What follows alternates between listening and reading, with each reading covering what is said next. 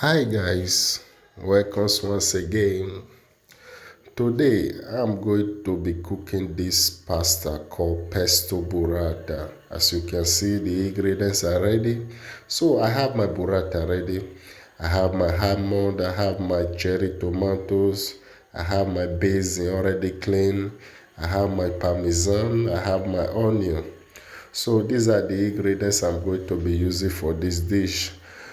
Okay guys, first I need to make the pesto for this pasta.